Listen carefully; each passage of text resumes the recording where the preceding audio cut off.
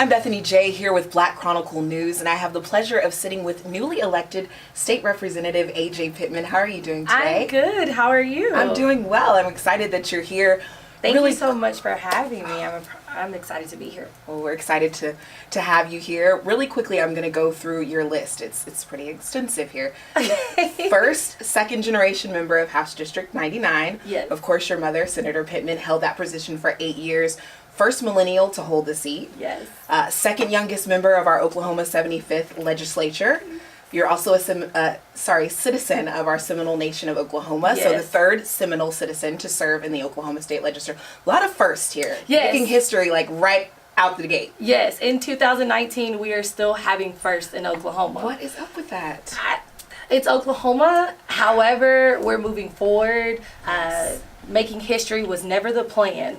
To be completely honest with you, it was never the plan, but I'm so honored that my name gets to be tied to my mom's in the history books. I'm honored that young girls get to see me and know that they can be in my shoes one day. So to be the first in something, or even the second in something, has just been truly humbling and honoring, because when you start this journey, that's not what you set out to accomplish. And so when you get those accolades and people read off your bio or people gush when they see you, it's still definitely very humbling. It's surreal.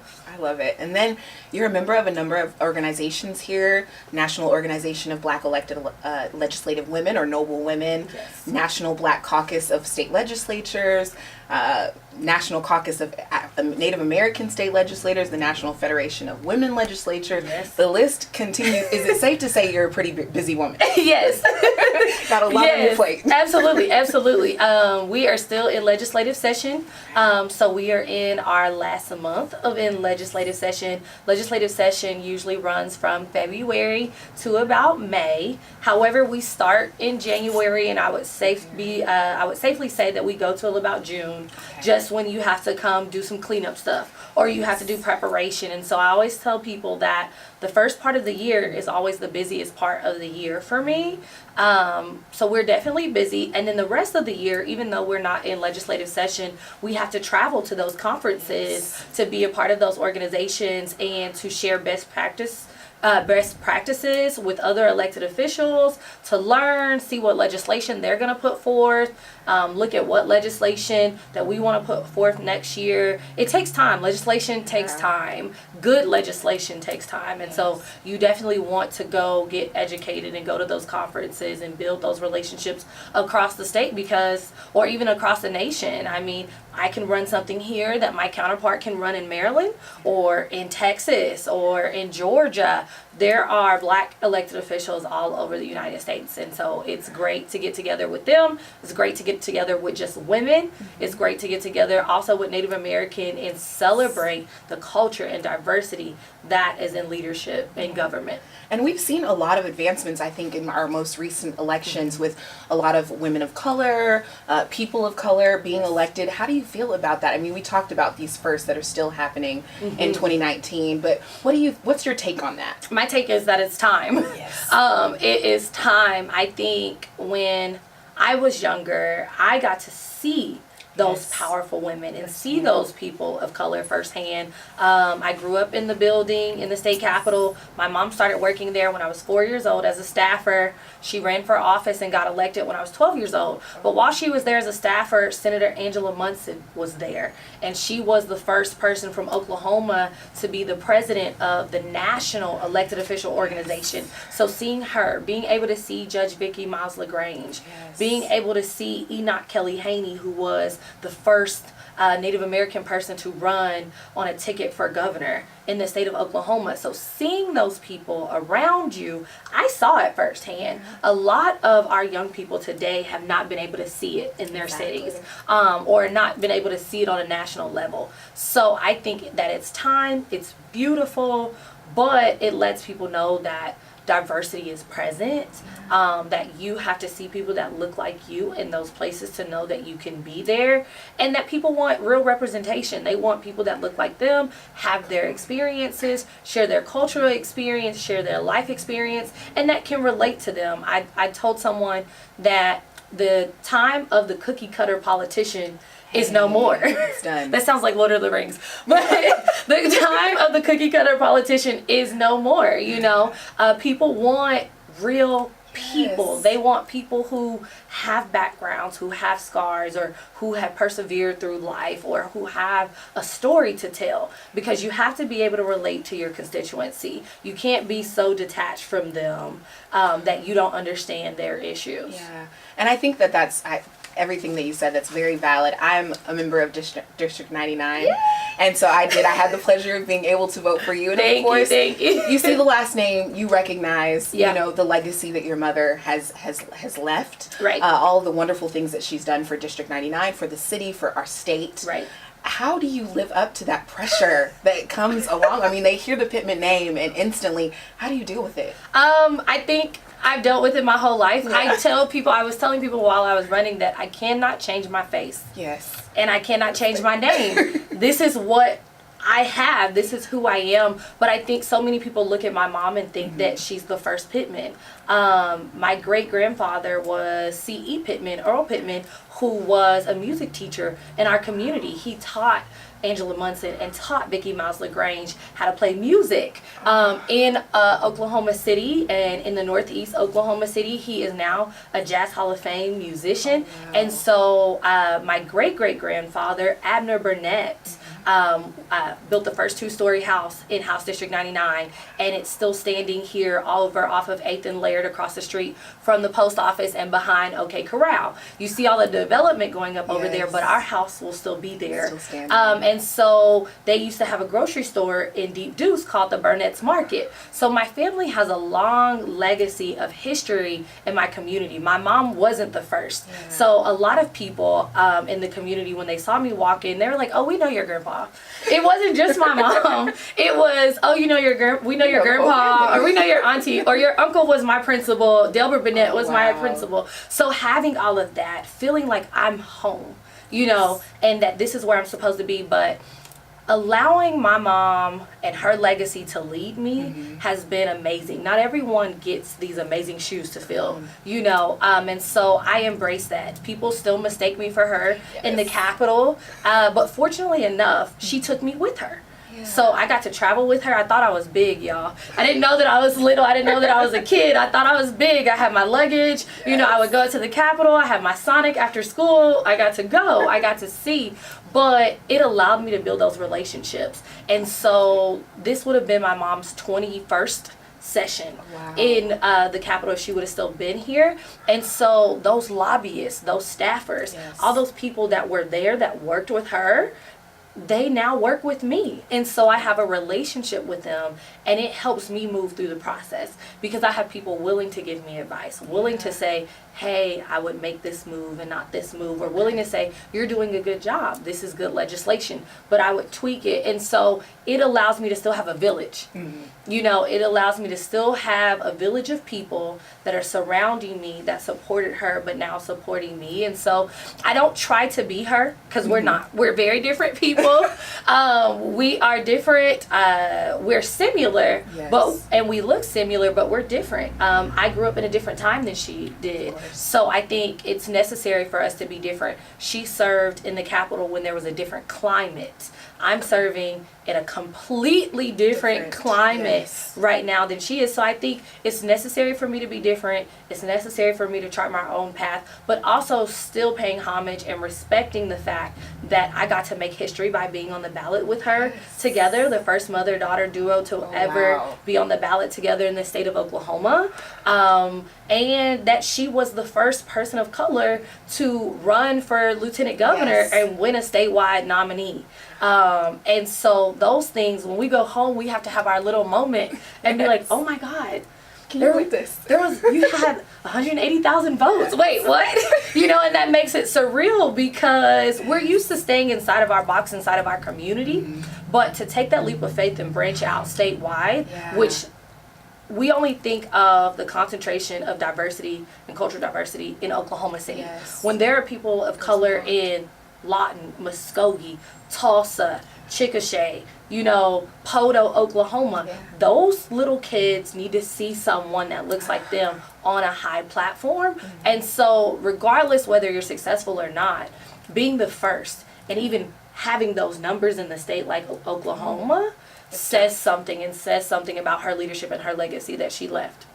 I love that. And I have a small story. So I actually met you years ago. Oh, Lord. Years ago, my siblings and some of my cousins attended Learners Academy. Yes. Fantastic school. It's no longer around, but fantastic school. They did wonderful things with children. Absolutely. Children of color in that area. And my sister and cousins were on the cheer squad. Yes. The cheer, like, step team. You remember your mother was like the coach / advisor. And I remember, I think, first impressions are everything. Right. And instantly you could see, number one, that you have natural leadership abilities. That was evident even then as while we were children.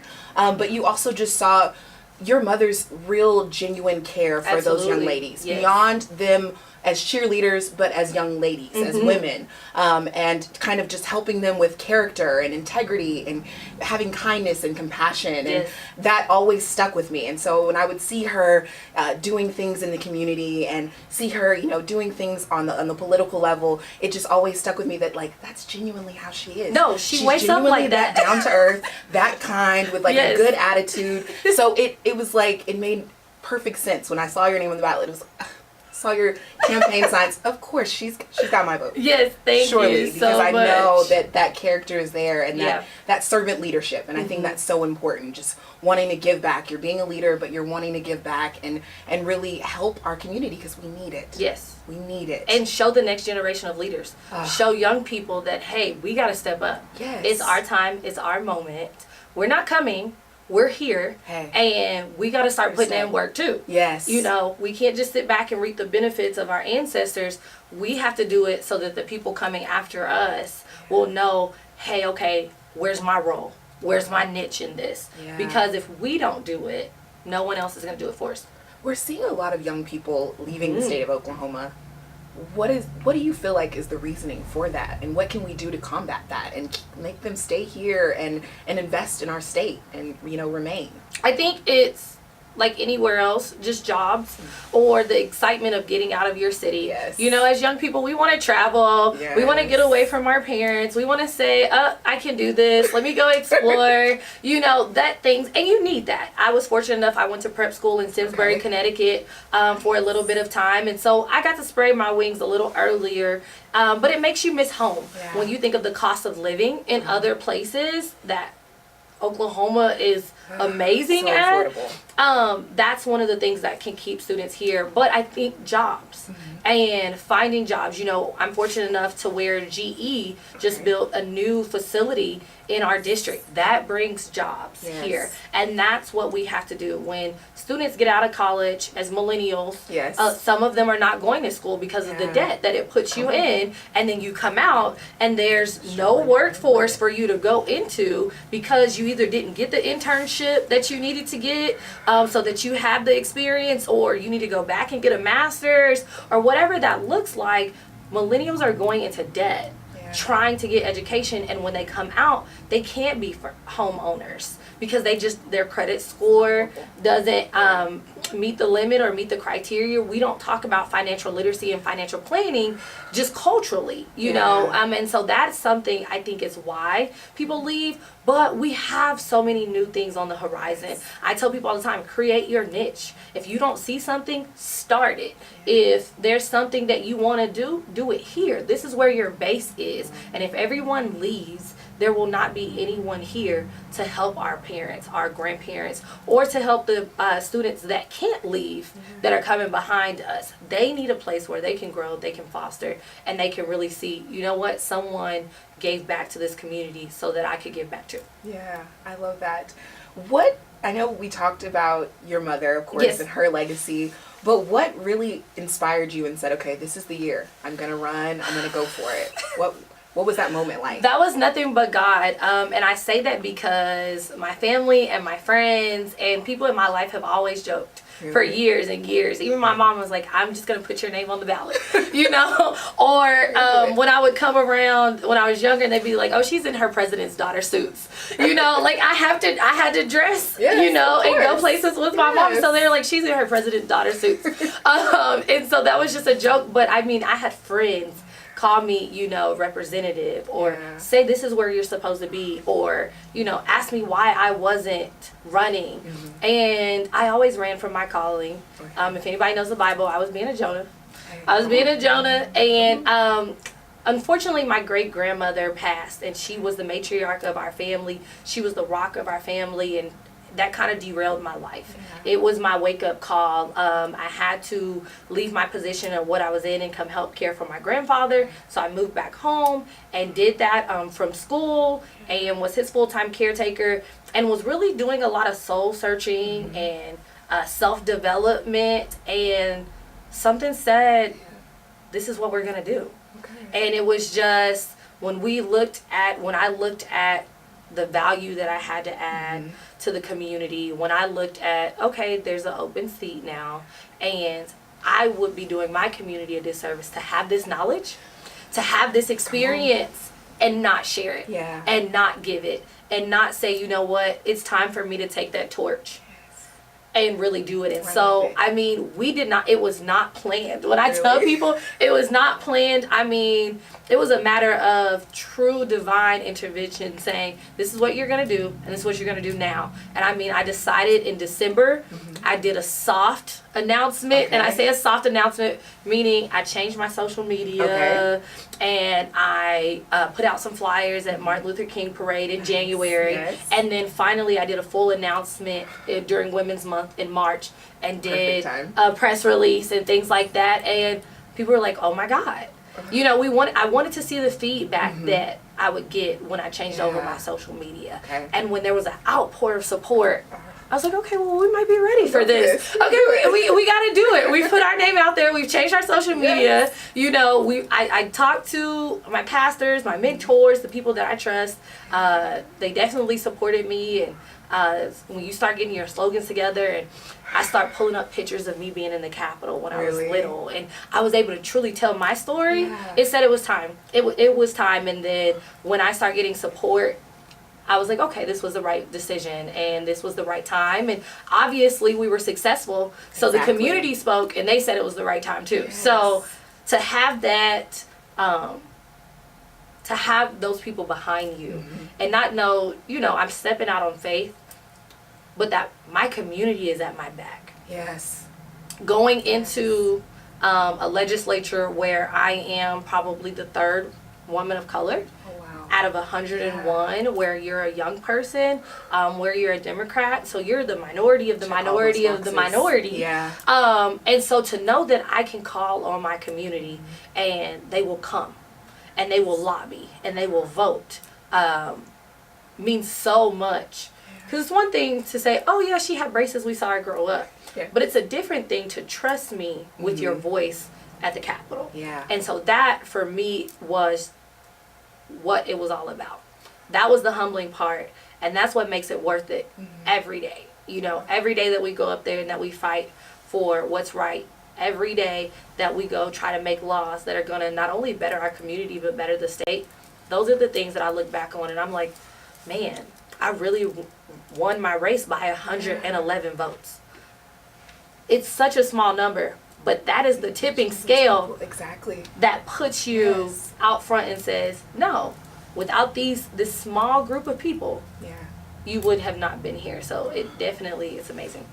I'm excited. I feel like you do. You check all of those boxes. It's nice to see someone that looks like you in the room, and in the building, using their voice and using it for good and using it to help us advance and really, elevate our state and elevate our city and our district. I'm unapologetically who I am. So I embody being a woman of color. I embody being a millennial. I embody being from, I say my district, because that's my home. That's my district. I have ownership of my community. I want to take it and put it on my back and, move forward. And so I tell millennials, I didn't take down my spring break photos.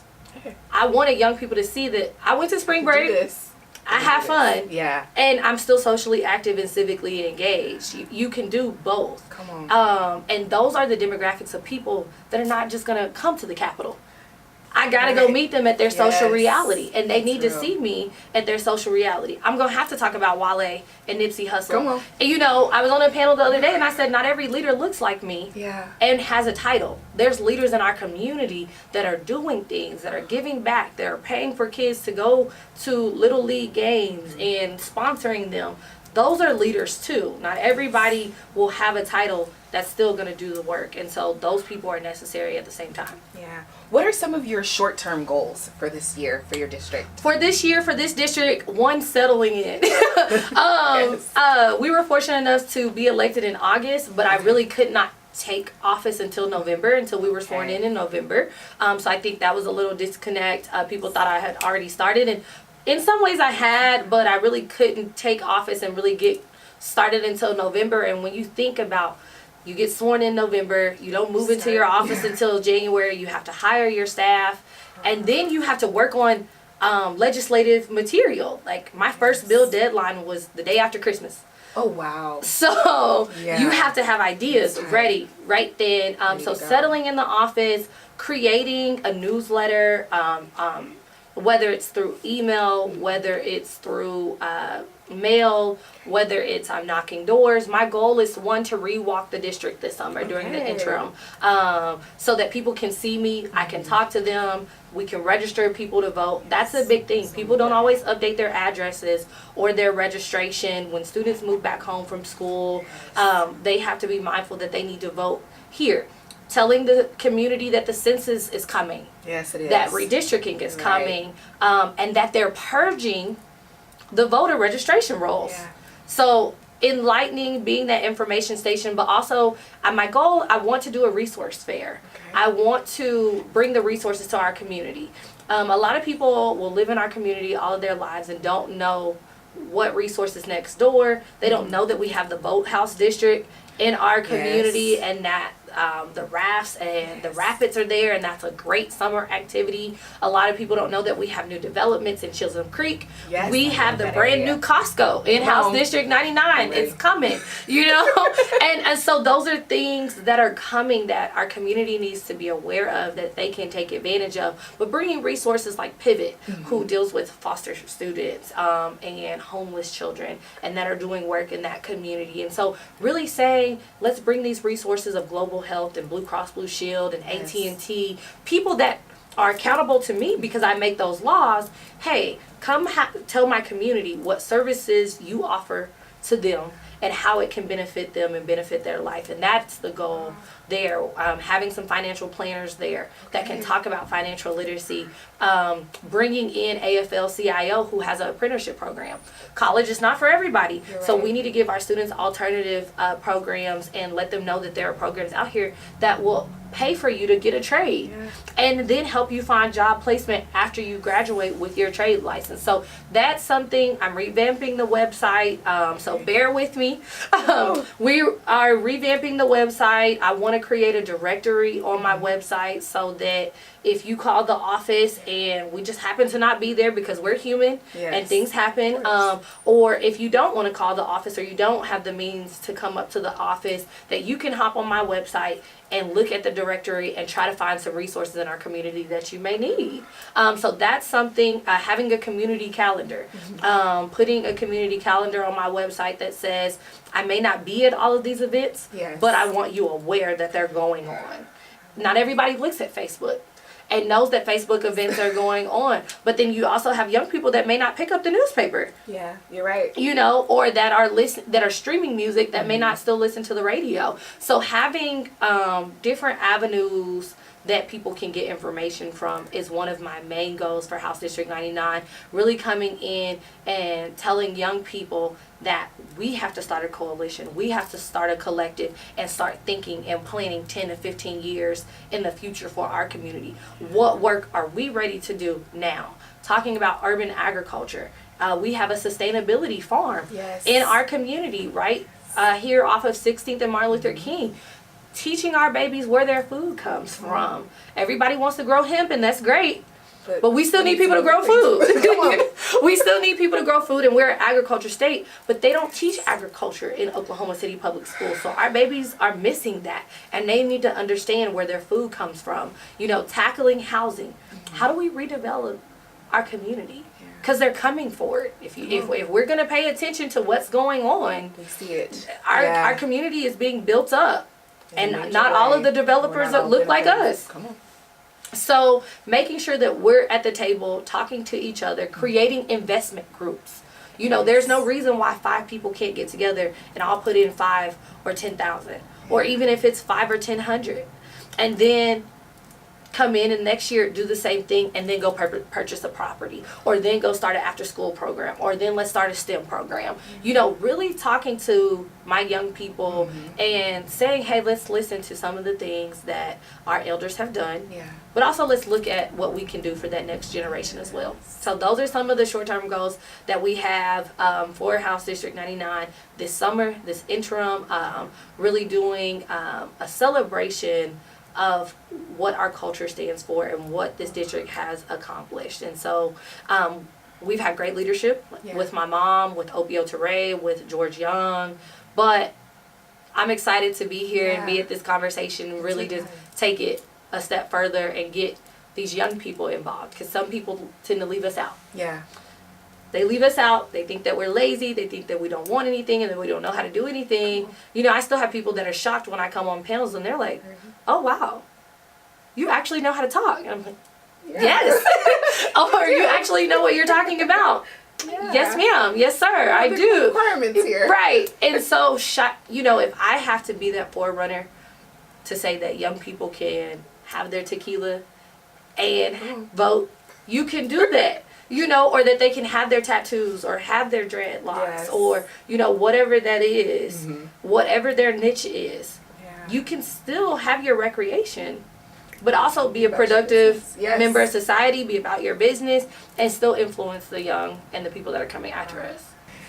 So shifting gears just slightly, we were kind of talking about encouraging our young people, our millennials, to know that, hey, you can have your fun, but you can also take care of your business. You're the founder of the Global Millennial Project. Can you tell me more about that? The Global Millennial Project stemmed from me seeing a need, seeing a need with my age group that we don't usually get, seeing things that people don't teach us, like financial literacy, how to buy a home, letting students know that they can pay on their student loans while they're in school, or talking to them about trauma.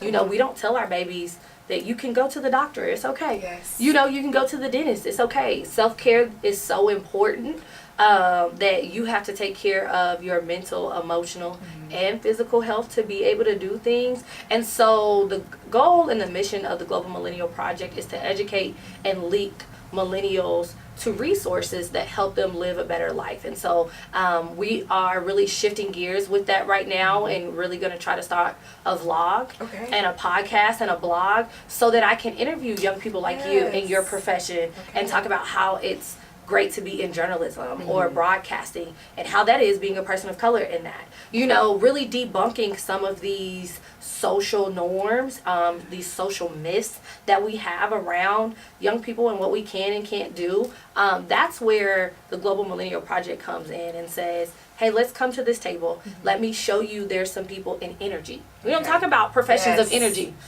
But there's so much opportunity in energy. We don't talk about professions in agriculture, but there's so much opportunity in those professions. And so bringing different leaders, different young people who are already successful, but also different leaders as far as our elders that have been successful, and saying, hey, let's listen. Please. Let's listen to this knowledge, and let's figure out how we can respect their knowledge, how they can respect us, and how we can move forward, because there were some things that we're not getting. You know, there's some young people that don't know how to fold clothes or don't know how to boil water, that don't know how to balance a checkbook. And even though we may not use a checkbook, they're not checking their account. They're not saving for a rainy day. I am so tired of seeing GoFundMes for people who pass away. I agree. Can we talk about life insurance? Come on. You know, whether it's term life or whole life. Can we talk about You just need a policy. Yes. You need something, because young people have kids. We have millennials with children. We have children raising children sometimes. And when you have someone that you're raising, you need to provide for them. And that loss of income, if something happens to you, really impacts a child. Yeah. We have people that are coming out of incarceration that we have to say, hey, here's how you get back on track. Come get this trade.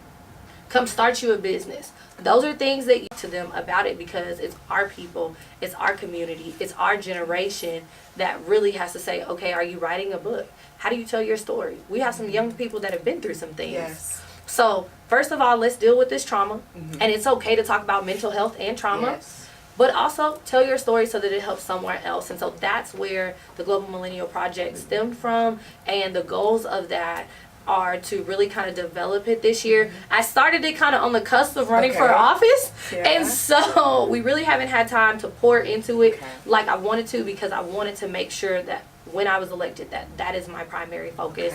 But the needs of GMP, as we call it, are still very real and are still very prevalent. And so that's something that we're going to be working on advancing as well through vlog on YouTube, or in having a blog, so that if people need to read it, they can, and saying, hey, listen up.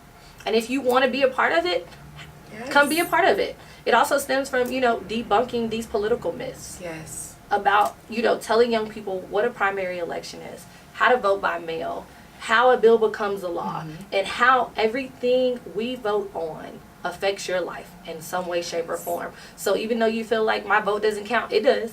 By not voting, you're voting. Come on. And so that is the goal of that. And so I'm excited to continue to do work on that this interim. Hey, if you need a volunteer, I will take you up on that. I'm for We it. are always looking for volunteers. We're always looking for internships. I have an internship application up now for summer interns and for interns for next legislative session. So if somebody really wants to come learn what we do and how I do it, they can. Wonderful. We're gonna make you work, but you'll get to learn this process. If young people are interested in getting into politics, call us. Ask these questions, get involved, come see what we do, because it's one thing to be connected and deeply rooted in your community, but it's a whole different ball game to learn the politics of the Capitol. It's a whole different ball game, and you have to be ready and prepared for that too. What advice do you have in speaking about young people that maybe are interested in public service? What advice do you have for them, other than calling and applying for that internship? What are some things that some pointers that you would give them? I would say find your niche.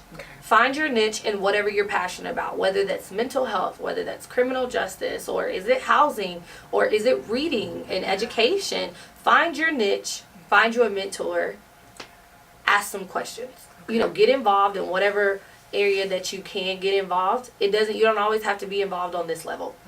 There's grassroots level that need involvement. There are young Democrats that need involvement. There's young Republicans. Whatever party you're in, just start somewhere. Learn, educate yourself. But if you don't know, ask questions. Give back and figure out what that area that you want to give back in is, and then start doing the work. It's small work ends up being big work when you do it for a period of time. And so if you want to get involved in policy, you don't always have to be a public relations major. You don't always have to be a political science major to enjoy policy. Look at some of the policy that affects your daily life. Look at the policy with the sidewalks. Look at the policy around tickets. Look at the policy around, net neutrality, where they're thinking about taxing the internet and taxing our apps. That's going to affect us more than it's going to affect anything else. Education is a hot topic, but so many people that are voting on education don't have students in high school or in common ed right now. So, if you're planning on having a family here, or you have brothers and sisters in common ed, or you're closely removed from common ed or even higher ed, start pulling that education language, and know that you can have input on legislation. Any idea that you have. Now, we'll have to vet some of these ideas and obviously do research on them, but your idea can become a bill. And that bill can go through the process and become a law. Yes. You can affect change now. I mean, students are affecting change as far as even saying, hey, we need to protect butterflies. The smallest thing, elementary students say, hey, this is a problem that I see in my school, and so this is what we want to do. Even in that level, you still have a hand in policy. So get involved, support a local candidate. Okay. Learn. There's money that funnels through our campaign. And not all of people that look like us give. Yes. And so when you realize that we have to have fundraisers, we have to do things. You don't always have to be a big donor. $25 saying I support you. Or $50 buy stamps. Or even if you say, okay, this is a campaign season, you're running a campaign for 5 months, I'm going to give you $25 a month. Whatever that is, the impact of saying, I want to support you. And it doesn't always have to be monetary. It can be time, too. Whatever your niche is, you can say, hey, I'm not a public speaker, but I can write thank you cards for you. Or, hey, I'm not good at putting out signs because I'm not mobile, but I can make phone calls for you. Saying, I want to learn how this is, because all of those things are necessary. Whatever your skill set is, find your niche, find what's important to you, and start helping. I love that. How do you decompress after a long, you do a lot. Yes, we do. Of course, your legislative duties, but then, you've got the Global Millennial Project. I'm sure just a number of different things with community service and getting out and doing good. So how do you just decompress after a long day? Because we talked about mental health and how important it is that you're having that self-care. What do you do? What's your routine? My mom hates that I say this in public. She is going to be so mad. But I like going to sit on my couch. Really? Yes. Just take a moment. Yes. I have to. I'm an only child. Okay. So being in the public eye and giving off so much energy is taxing sometimes. It's great and it's pure when I give it. A lot of people see my mom and she's all touchy and lovey-feely, and I'm not necessarily a hugger. Really? And I'm not trying to offend anyone. No. I just like my personal space. Come on. And I still love to see you and I want to wave and say hi, but it's just not my thing. But going home and really lighting a candle and sitting there and maybe watching an episode of Game of Thrones, which breaks your heart in the same moment. If anyone knows Game of Thrones, it still breaks your heart watching it. But just sitting there. I have a spot on my couch that literally probably has a dent in it, because that's where I sit. That's where I have my book. That's where I'll get a Dr. Pepper. Okay. Or some ice cream or something, and I'll just take a few minutes to sit and be with yourself. And sometimes you have to ask all of those little working parts in your body, are you okay? How are you feeling? Do you need something that I'm not giving you? And of course, don't talk to yourself. Don't reply back. But you really sit there and just breathe and ask yourself, are you okay? Check in. Because you have to. You have to have those moments, and you have to, I'm fortunate enough that my counselor texts me. Okay. And he's like, are you okay? Have you breathed today? And I'm just so fortunate to have a village. Yes. I have a village of friends that they don't hate me when I can't come hang out with them all the time. Or they'll try to say, hey, we're having this. If you can make it, come. Or they don't chastise me for being late. They'll just come sit with me on my couch. They'll come sit with me, or they'll say, hey, let's go see Captain Marvel, or something that they know that I need to get out the house. Because this is not a 9-to-5 job. No. I have stuff on weekends. I have stuff on Fridays. We have church anniversaries on Sundays. We have panels on Saturdays. So on a good day, I'm probably getting home on a good day, probably at the earliest 9 o'clock. Oh, wow. Because even after legislative session, you have committee meetings. You have to sit with your bills and look at the legislation and read it and do your homework and go ask questions on these bills. But you also have receptions and meet and greets to where you're meeting people in that industry. And so you definitely have to take that time to decompress. I try to force myself to go get a massage at least once a month, or see my chiropractor at least once a month. It does wonders. Because you carry stress in your body.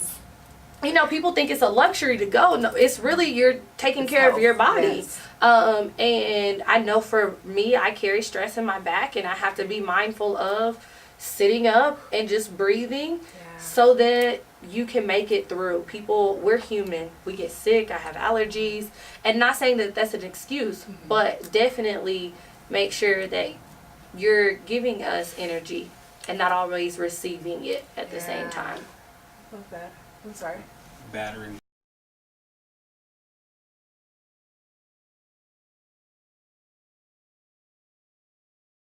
I'm trying to figure out. One or two more is fine. Do your fun questions. We'll do like two. Yes. We'll do two. So, another question I had. So I'm a big music person. Okay. I love music. Just can help me with setting my mood. Yes. Whether it's getting motivated, getting my praise on, what have you. What are like the top 5 artists right now on your Apple Music or your Spotify playlist? Hard. Tidal, whatever music streaming. I have Apple Music.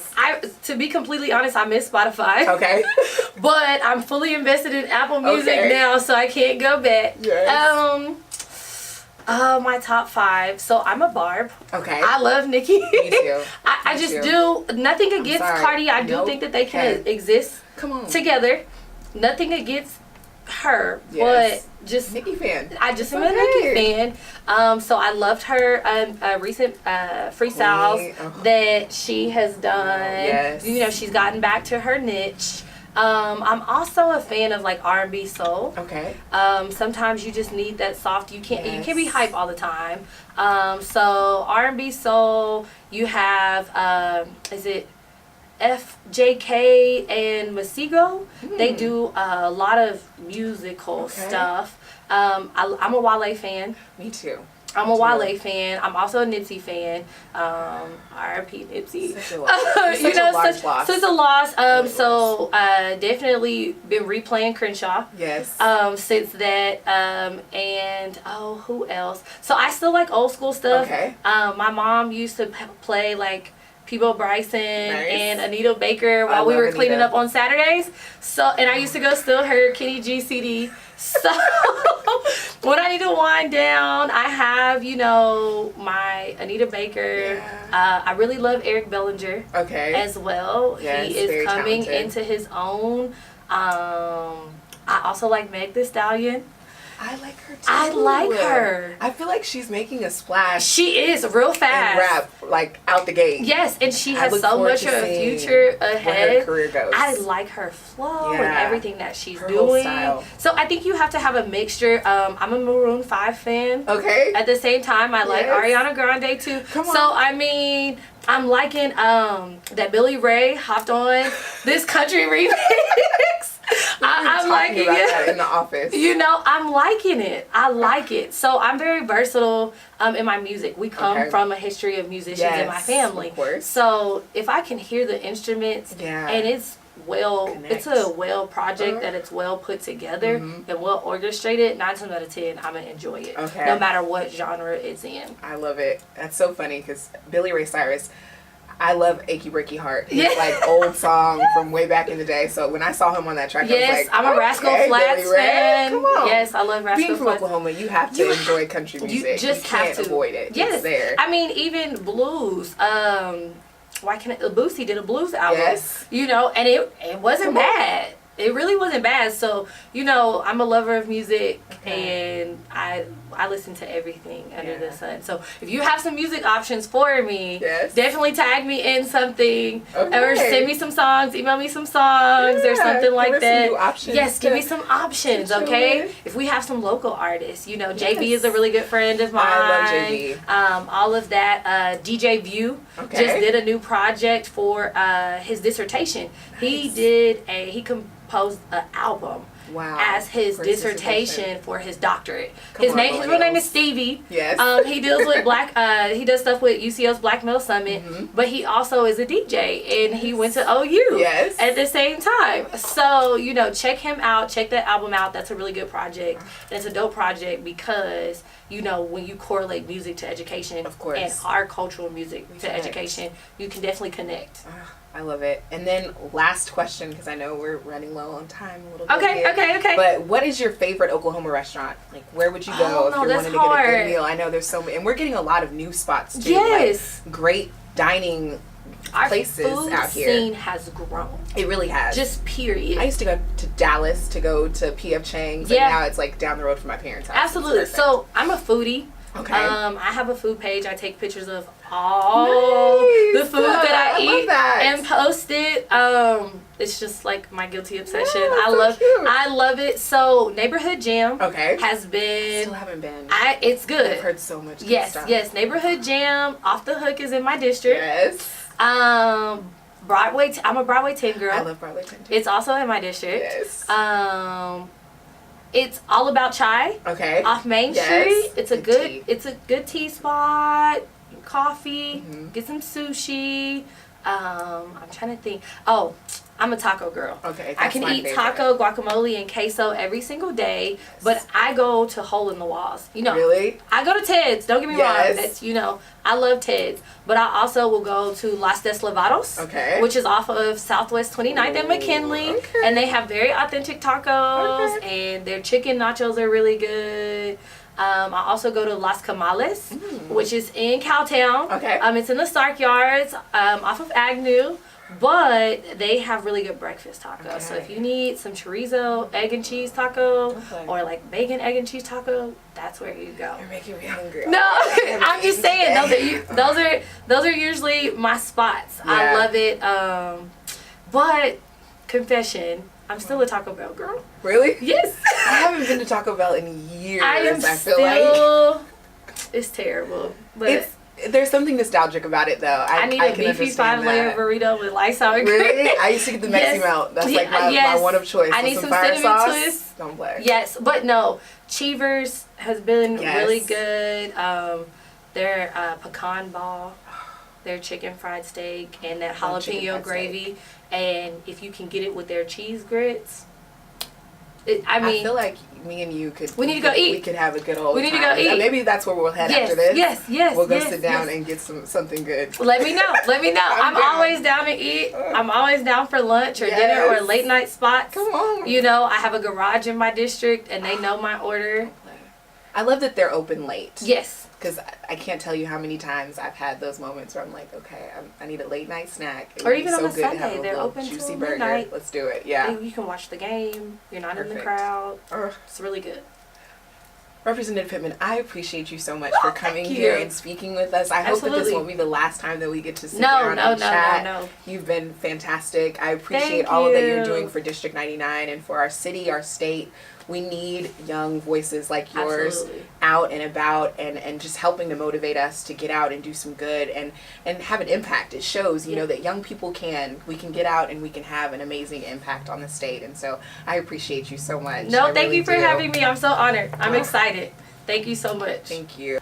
So thank you all for viewing and sitting with us as we spoke with Representative Pittman. I'm Bethany J for Black Chronicle News, and we'll see you next time.